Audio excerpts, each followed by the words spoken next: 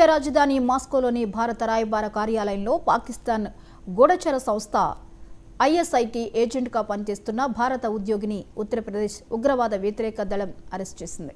నిందితుడిని హాపూర్కు చెందిన సత్యేంద్ర సివాల్గా గుర్తించారు. విదేశీ వ్యవహారాల శాఖలో అతడు మల్టీ టాస్కింగ్ సిబ్బందిగా పనిచేస్తున్నాడు.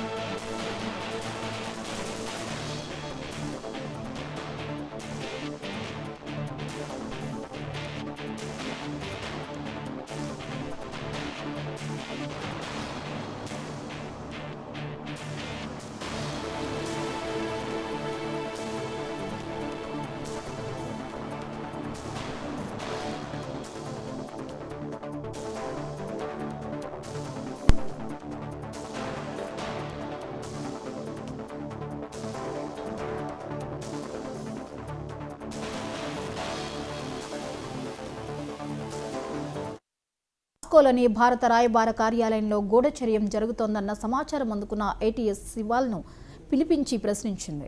తొలుత సంతృప్తికర సమాధానాలు ఇవ్వని సివాల్ ఆ తర్వాత నేరాన్ని అంగీకరించాడు.